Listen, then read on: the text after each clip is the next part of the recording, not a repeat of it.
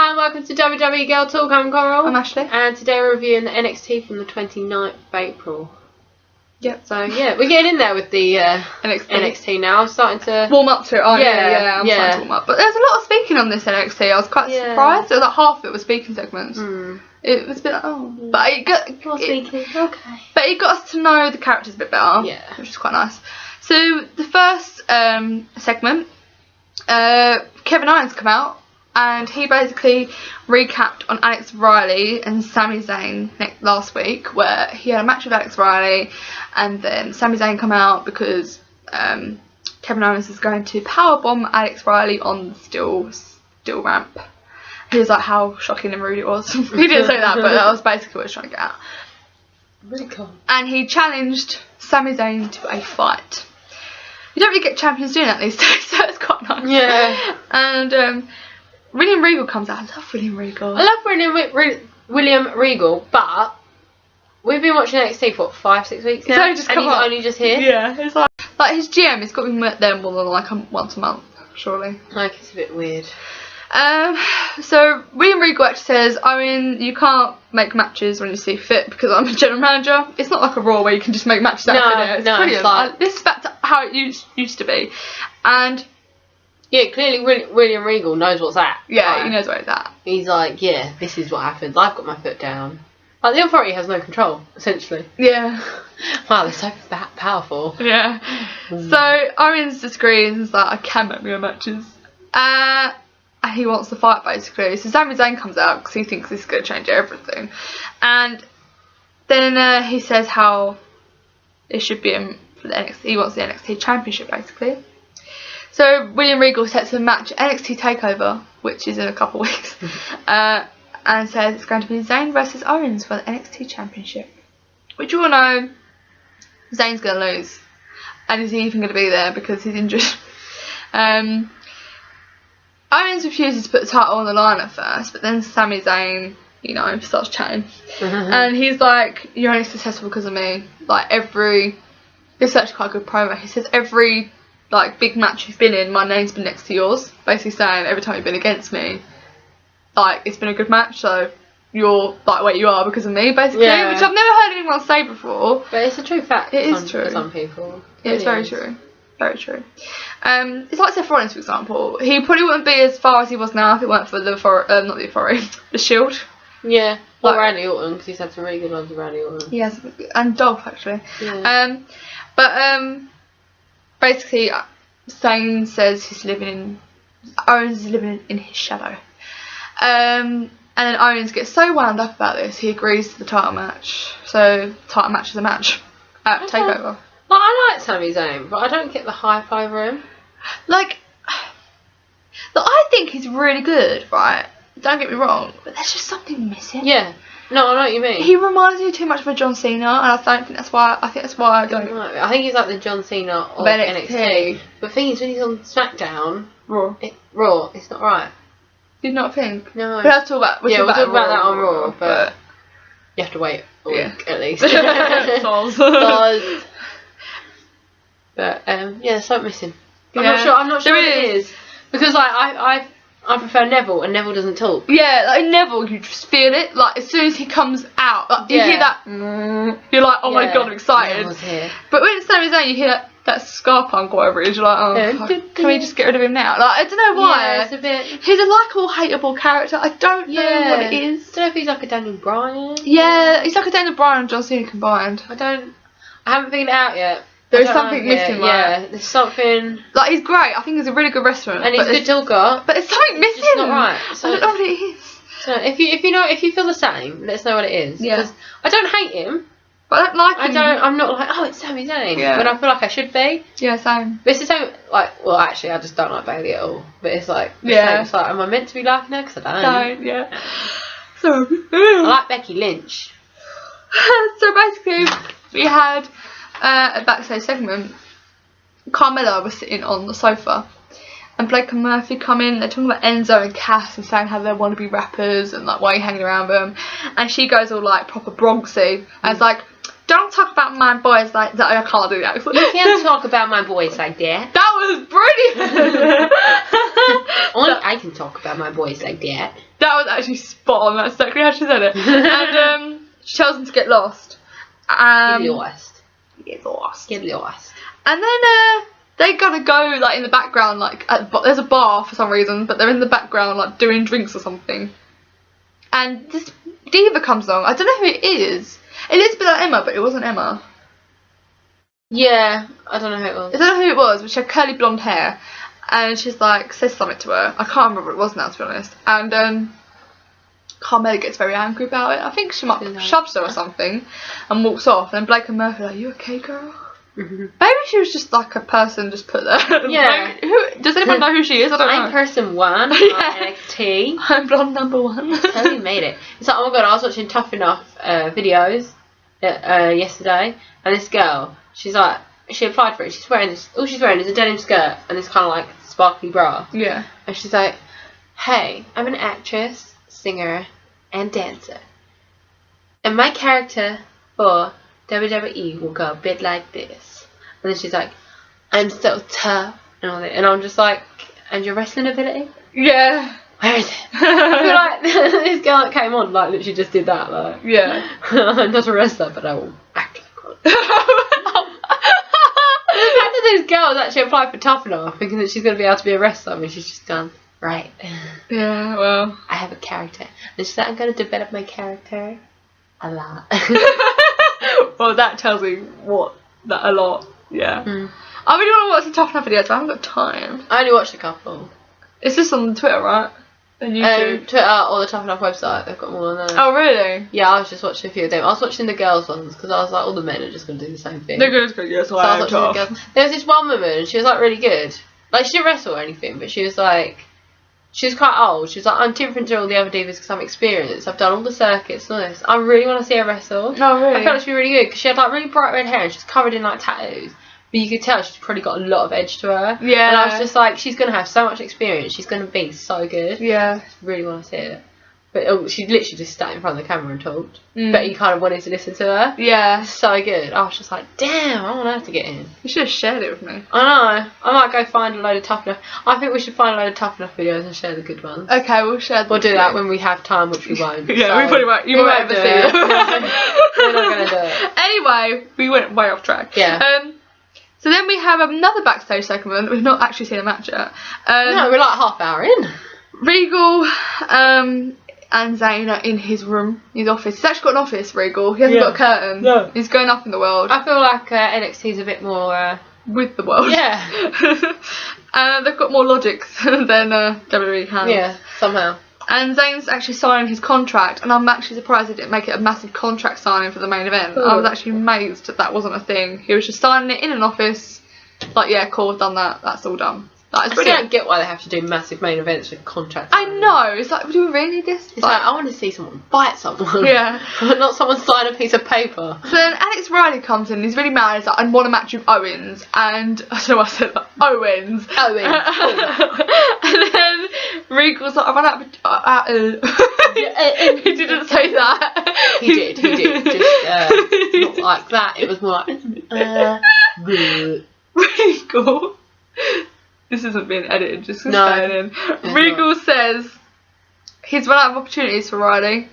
And Riley says, I want the match. He's like, oh my god, did you not just hear him? He's like, I've run out of opportunities for you. So then Zayn's like the big man. He's like, oh, sorry. He's like, oh, I'll have a match with you, Riley. And then William Regal's like, okay then. So I'll do whatever Zayn says. Because he's just like Cena. He gives great blowjobs. Apparently Cena's not as good as blowjobs anymore because Reigns is better. Yeah, clearly. Reigns must have something that John Cena doesn't.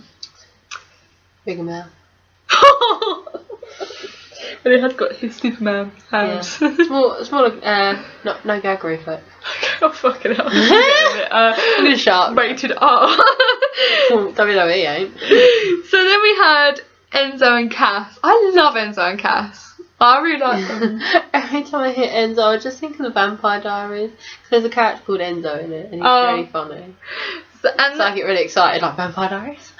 So they do their usual talking like down with their music and then, you know, talking with the crowd, which is what I quite like. The crowd gets so into them. Yeah. It's quite nice to have that already before the match has even started.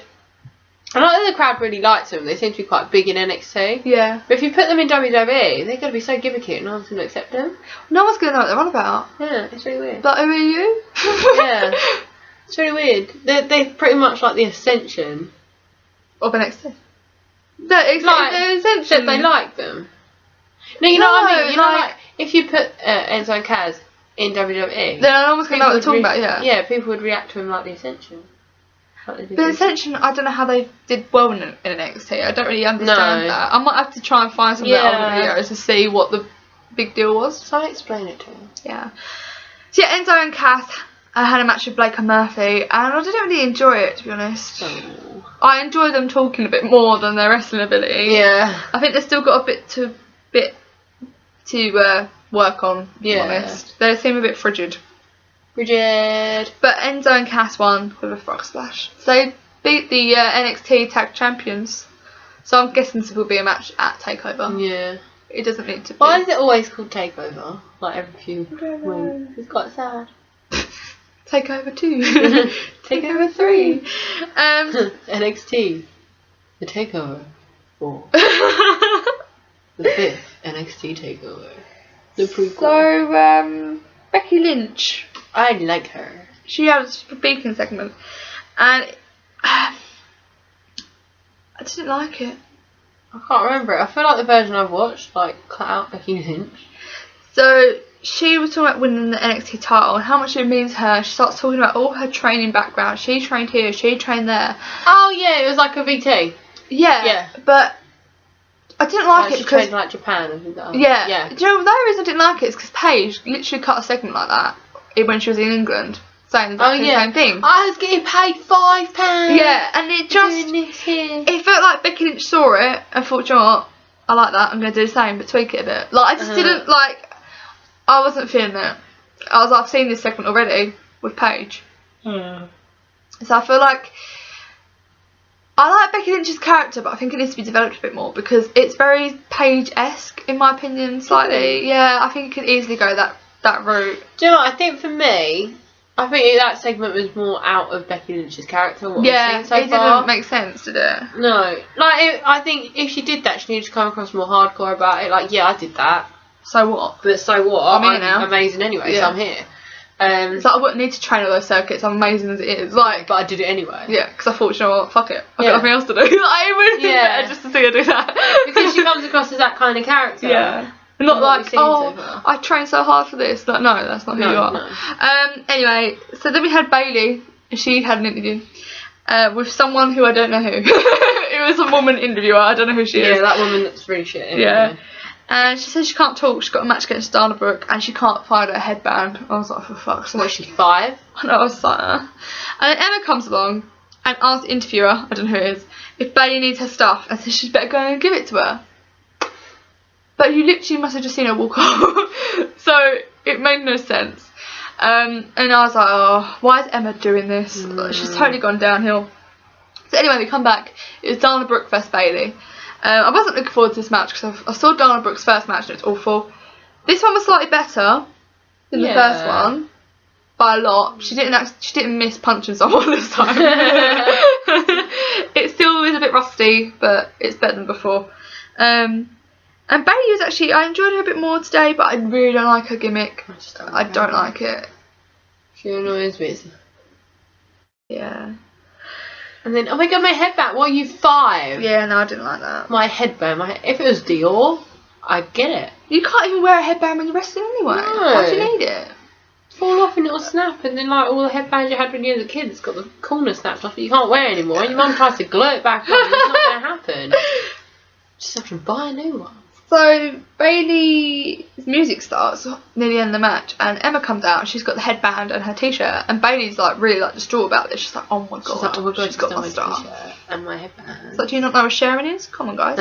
Sharon is Karen. Yeah, and Dana used the distraction and used this weird modified body slam to pin Bailey, and she won. I noticed Dana Brooke didn't touch herself up as much as she did before.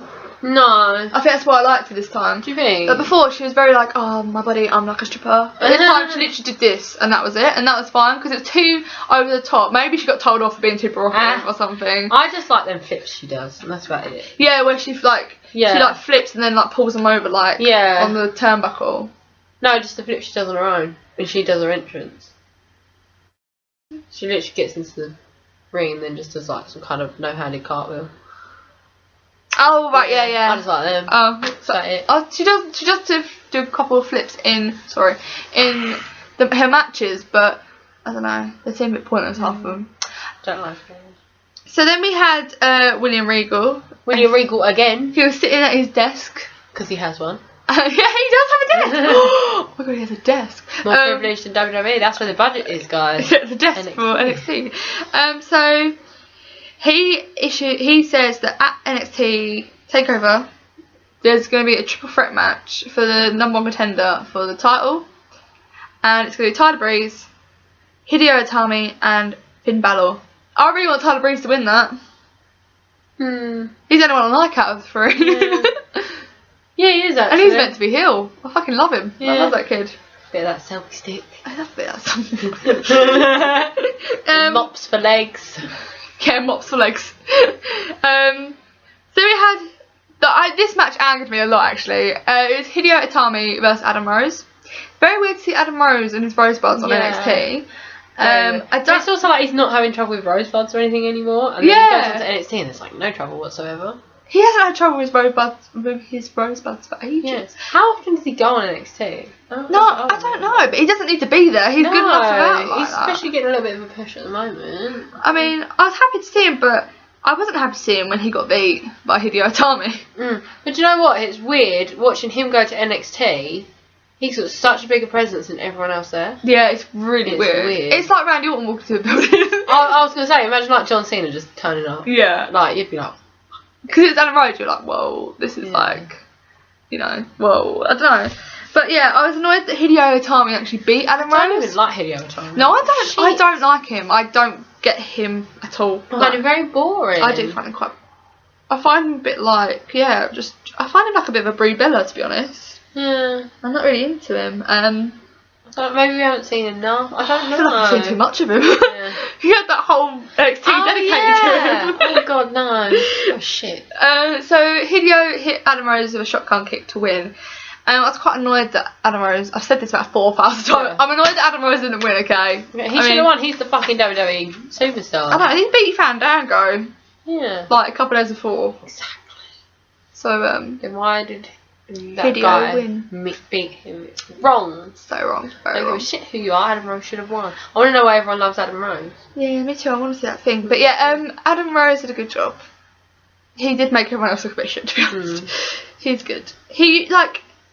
You can see how natural Adam Rose is when he wrestles compared to everyone else. Like, everyone's still kind of learning how to kind of make it flow a bit. Yeah. You don't realise until you see Adam Rose there. You're like, oh yeah. Yeah, it's like, oh, hang on a minute. But it's like, I say that's why Neville's come up. Yeah, he's amazing. Yeah, flawless. I've got used to calling him Neville now as well. I know. It's wrong. It's wrong. Neville! Neville! So then we had... I don't like texting it when I text you about Neville. I don't like writing the name Neville. No, it's horrible, isn't it? Yeah. So then we had Bayley. She was looking for Emma to get her stuff back. But then they never went back to that. They literally said, I'm looking for Emma. And that was it. We never saw her again. No. So it was a bit pointless. Maybe she got lost on the way and then we don't have to see her again. Yeah, hopefully. She just ran to somewhere else and got lost, so we can't find her. No. Hopefully. Fingers crossed. So then we had Divas match. It's Becky Lynch versus Sarah Dawson. I'm pretty sure Sarah Dawson is a jobber. It's the first time I've probably seen a female jobber, actually. But the jobbers don't have names, do they? But I think she was like a local, so they introduced her. Oh, right. She looked like a jobber. Do you think? I think she's a jobber. She must be. I've never heard of her before. No one else really seemed to know who she was. Because I know the commentator said something like, oh yeah, it's her first match on NXT. And it's like, well, she doesn't have like a promo or nothing, so she's obviously just a jobber. I did, if she's a jobber, which I think she is, why they put Becky Lynch against a jobber when she's just won number one contender match for Yeah, the NXT Divas Championship. Very true, very true. Didn't make sense to me. I thought if anything that makes it stupid. Yeah. And the match was okay, but there wasn't that many amazing moments in it. It was just very slow from memory. I didn't enjoy it. Becky Lynch won with a good move. I think it's like an armbar, but a bit different. But I don't know what it's called. But it looks really painful. But yeah, she won with that. Then we had Rhino backstage, who was sitting on a box, and he addresses Baron Corbin. I'm like, why is he addressing Baron Corbin? Like, this has come out of nowhere. And he's like, I'm not the past, I'm the present and the future. I was like, who's Baron Corbin? I haven't seen you mention Baron once since we started watching this. Yeah, it's been like 5 weeks. Yeah, I'm like, what? Who is Baron? Who are these people? There's too many people here. So we had Sami Zayn versus Alex Riley, and Kevin Owens was on commentary. And as soon as I heard Kevin Owens on commentary, I knew what was going to happen. Because what always happens when someone's on commentary in these type of matches. So, they're in the match, Sami and Alex. I wasn't really paying much attention. I think I was doing something, I can't remember. But I wasn't really into it. I weren't paying attention at this point. Grasped. I was not grasped with one. I was listening to Kevin Owens. I remember listening to him. He was saying some really good stuff on there. I can't say what it was, to be quite honest with you. But he was good. Like, normally people commentary, you're like, oh, you're so annoying, and like, stop.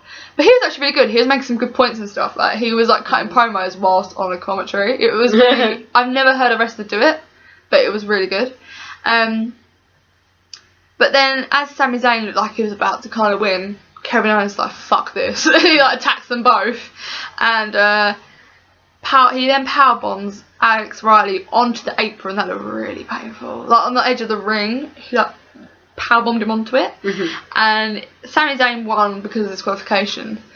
Because obviously Kevin Owens attacked Sami Zayn. But sorry. Yeah, it looked really painful. But that was that really. It was like NXT. I'm starting to get like used to people and stuff. But I do feel like the talking and the wrestling wasn't balanced out very well. You had like half talking, half wrestling. It should have been mixed up a bit. Yeah. Because it was just too much in the beginning. Yeah. Like it was very. Like in fact, you had to wait like 20 minutes to just get a match. It was very. I was thinking if I was watching this like there, I'd be quite disappointed. Yeah, but hang on a minute. I paid for this. Yeah. Kind of. What's your rate, Coral? 2.5. I was thinking 3. Really? Yeah, it wasn't that bad. Bearable. Yeah, sorry. About a 3. We're tired now. So like, share, subscribe, read, tumble, follow us, like us. Message us. Goodbye.